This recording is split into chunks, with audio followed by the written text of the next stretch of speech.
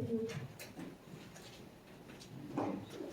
At this time, we'll have privilege of the floor. Anybody wishing to address council, please go to the microphone, give your name, address.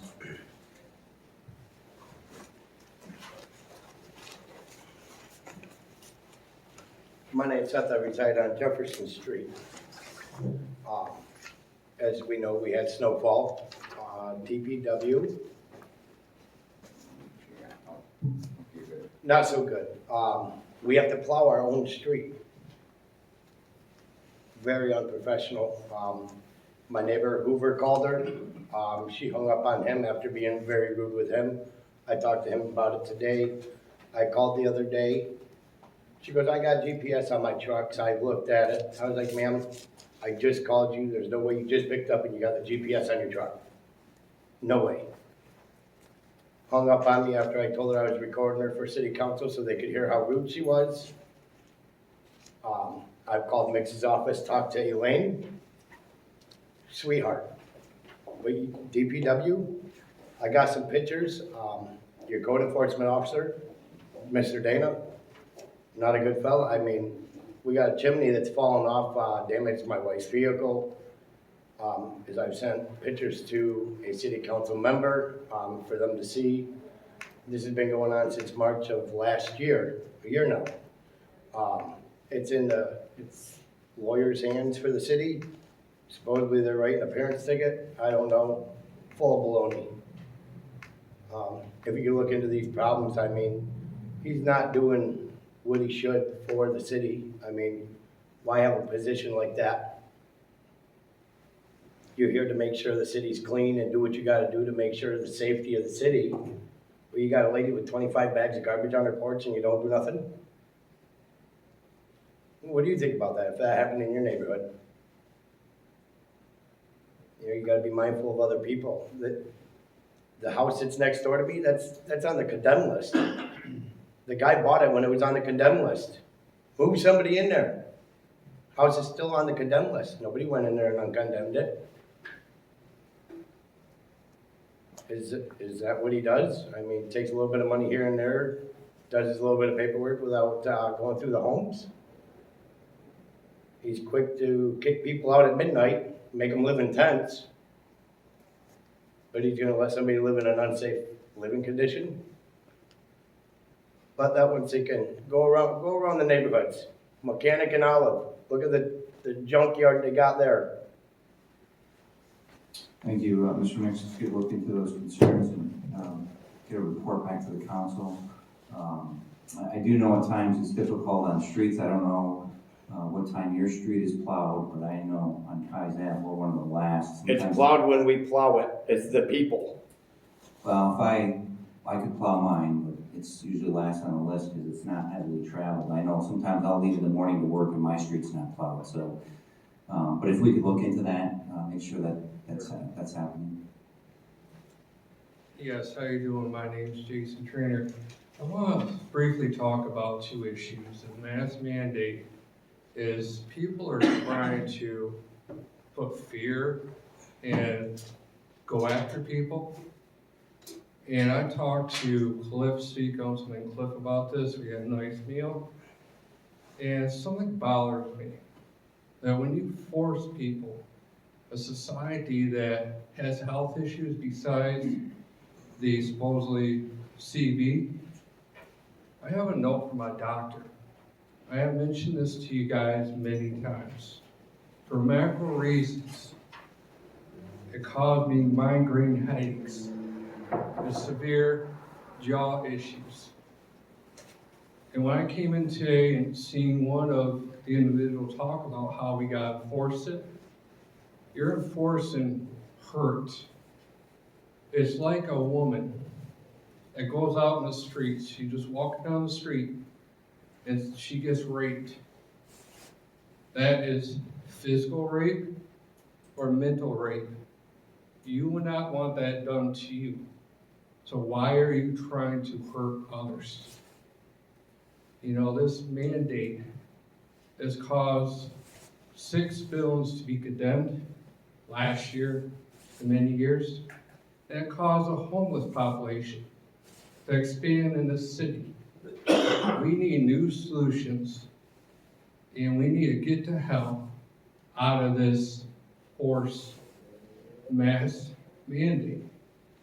I told you again, guys, I have a verified note from my doctor, that because of medical reasons, it hurts my head and it caused me issues. It's not something I make up. My medical history record is there in the public's view. So we need to take every person's case as an individual case, not try to go after a whole population. The trucker situation in Toronto, Canada is the exact same situation that our leaders in the health department and those that try to force rape onto the minds and hearts of the innocent. Why punish the whole population where I didn't go out and cause this? If you want to take care of the homeless problem, the condemned houses in Watertown, New York, 400 plus ghost properties, homeless populations going through the roof here. And we don't have an answer. It's been 2 years of forced rape upon the population of 370 million people that lives in America. Can we say stop it? Can we get back to a normal life where we don't have the police or have the contact tracers come knocking at people's doors? We have people hurting in this city. We have the homeless, we have condemned properties, we have forced mass-nation and rape. So we need a new solution. And I just want to say to you, Councilman Cliff, you lost my support when you agreed that this being a mask is a necessary thing. And Cliff, I love you guys, but I cannot force another person and hurt them and rape them mentally and put my hands on someone else because they don't agree not wearing masks. So I would ask you guys, reconsider your ideas, because if we lose thousands more people in this city won't be a city no more. It'll be a village, a town. The fault we blame on you. And one last thing. Why haven't the maps at the transfer station been updated to Walmart and Target? Why haven't the little maps been transferred yet? Where are the bus stop signs that taxpayers are paying for? We want to know. So I ask you to work on those things. Thank you. Thank you.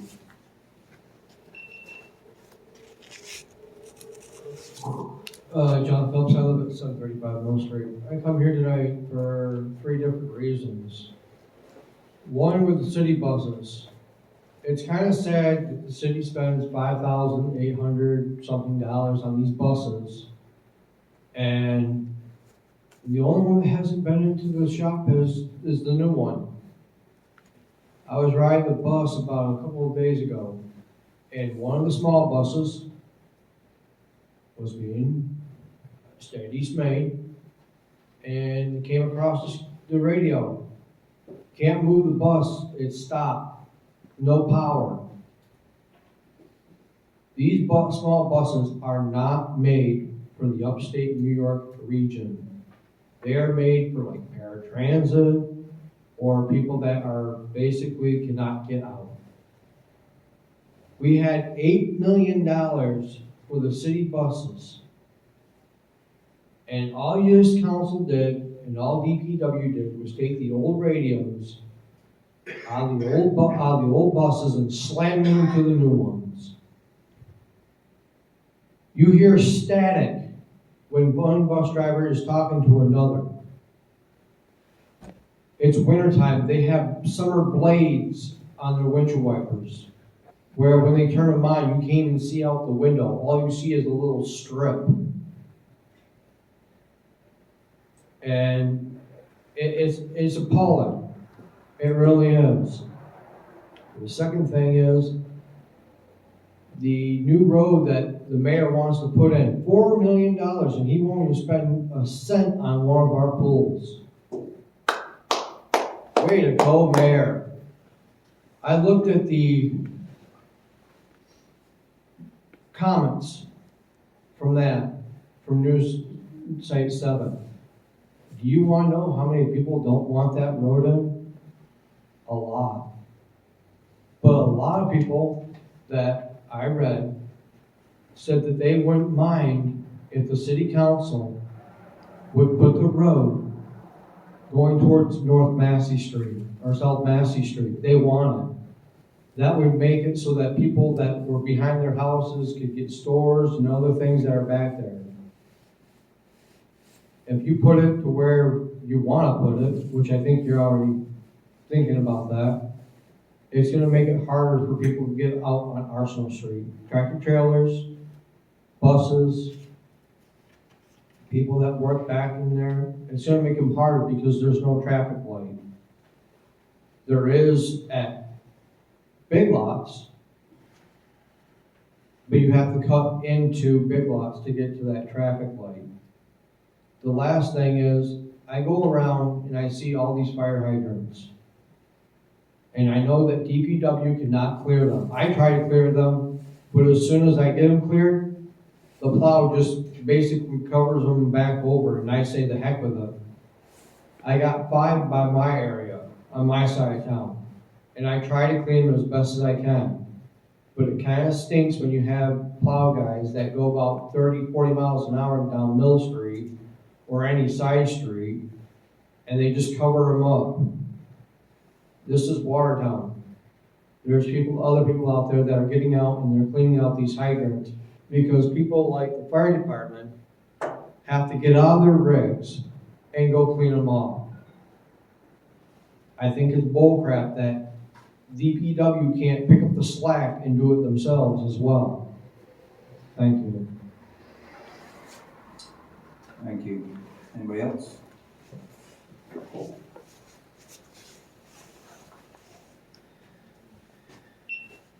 Donnie Lee Berriger. I'm here with, my address is 322 East Main Street, Governor, New York. I'm here with my YouTube channel, Flat Earth, Watertown, New York.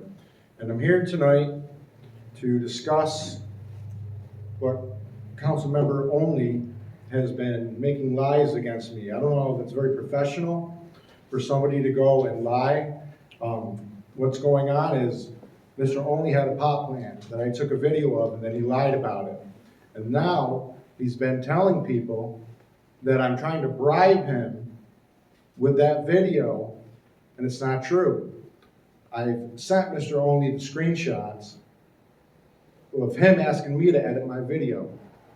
I don't know if there's any ethics violations with all these lies that that gentleman has been saying, but Mr. Only, I asked you to be honest when you were sworn in. That's right. Yes. Please be respectful, and it's councilman. Councilman Address Only. the council.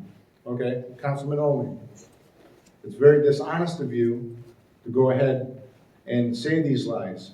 Now, there's other lies that you've been saying too, but you've run from me, all right? And the only reason why you would do that is because there's darkness in you, all right? You cannot, for some reason, the light scares you. The truth of how things are scares you, and you keep running, and you keep up making up these lies. I'll just have to keep exposing you, all right? Because you need to take accountability for what you have said about me. I would appreciate it if you would fess up and tell the truth. Thank you very much. Thank you. Anybody else? I've been shown Watertown property taxpayer. I see on the agenda tonight is the parking issue. Again, it's coming up for the park golf course. I was wondering, as a user of the park, I'm wondering why are we taking away some potential parking spaces at the park? The city doesn't really maintain that. It doesn't cost us anything to have that. It's it's not maintained. It's not a paved lot. We don't plow it. We don't stripe it. There's no curbing on it. It doesn't cost us anything, but there are a lot of people that go to the park and don't have places to park, and they do use that. People walk their dogs, they fly kites, they do all sorts of things. So I'm not understanding why we would take away additional parking in the park. And I heard somebody say, oh, it's unfair that the golf course can use that, or that's public property, why can the golf course use that? And I ask you this, how many businesses in Watertown on Public Square have their own parking?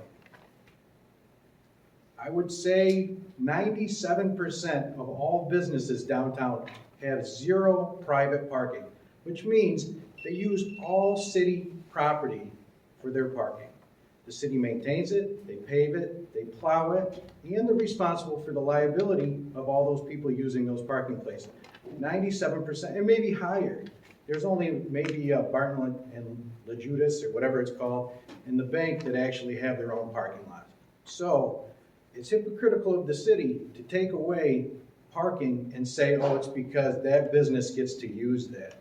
So many businesses benefit from so many parking lots in the city. There's businesses on State Street that have only city lots to park in. They don't have any of their own private parking lot. So if this actually goes through where you guys take away a parking lot, because it's a personal vendetta issue, there's issues between a couple developers, and we have some people here that are defending one developer over the other. To me, I don't care. I don't know either one of them. Neither one of them are friends of mine. So I look at it from a city standpoint.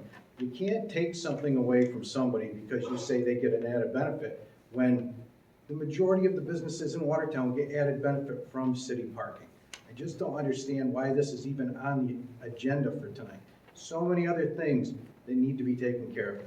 I saw from my house, it's on Upper Academy Street, to here, maybe a dozen people walking in the road tonight because we don't enforce, or we don't have the enforcement available to make sure that people snow blow, clean their corners, do any basic maintenance things.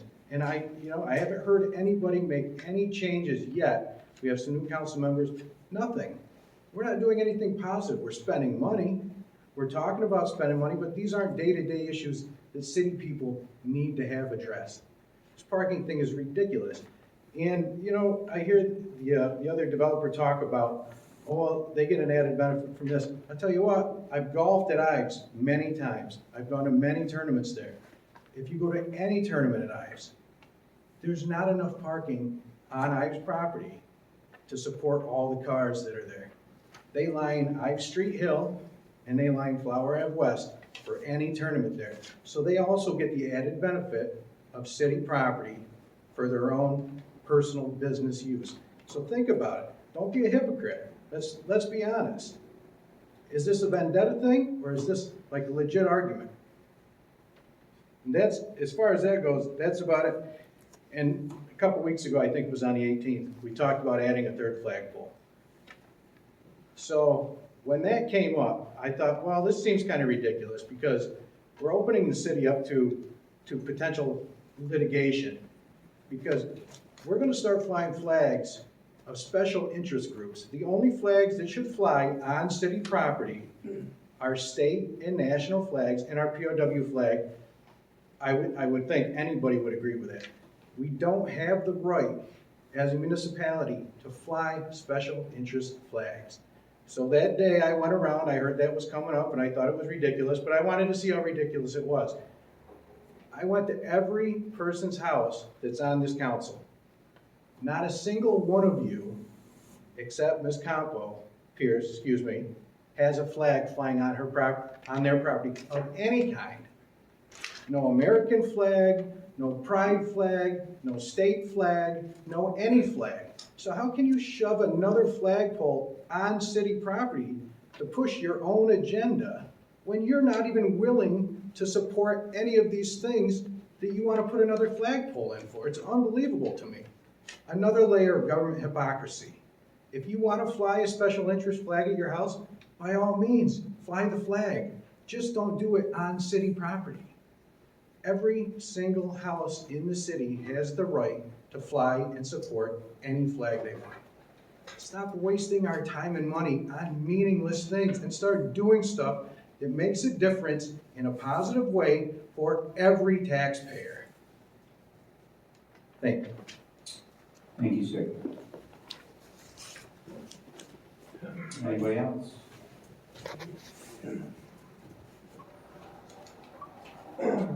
Nate Holloway, 522 Weldon Drive. As far as Ives Hill and the park, I would like to see both courses be successful. I look at the park, I look at Ives, I look at the zoo, I look at the museum, I look at the library. I think they're all assets for the city of Watertown. I think they're all important. But the parking that presently is an issue has always been used prior to this being designated as a parking area for people supposedly to go to the pool, the zoo, the 4th of July events, and the golfers. It's hard for me to believe that anyone is gonna park in that parking lot and walk to the zoo or walk to the swimming pool. There's a lot of parking up there. And I use the park quite a bit for tennis. I mean, sometimes I can't get a parking place close by the tennis court, but I find one. And what I'm saying is, we've always allowed parking for July 4th and major events. To me, the only people that are really taking advantage of the parking are the golfers. Yes, Ives does use Flower Avenue, but there's a lot of parking in the park, and Massey and Ives, Ives and Flower, but there's a lot of parking in the park too that the golf course could use. Yes, maybe it's a little more inconvenient because they've got to walk a little further on a tournament, but there's parking available. I just think it's important that both clubs be treated equally so that we can get this thing resolved and forget about lawsuits, forget about spending taxpayer money on fighting lawsuits, and just try to get Ives and the park open again so they're both eyes open again, so it's an asset for the city. And it's been closed for 2 years. You're gonna say we're gonna look at PJ, he's closing it up. But basically, some of the reason it's closed is because, not just COVID, but because of some of the things that have been done. Instead of trying to work with PJ, sitting down as a council, we ended up always getting in lawsuits, and I just don't understand why we can't work this thing out. I mean, we're all hopefully looking for the best interests of the taxpayers of the city of Watertown. Thank you, sir. Anybody else?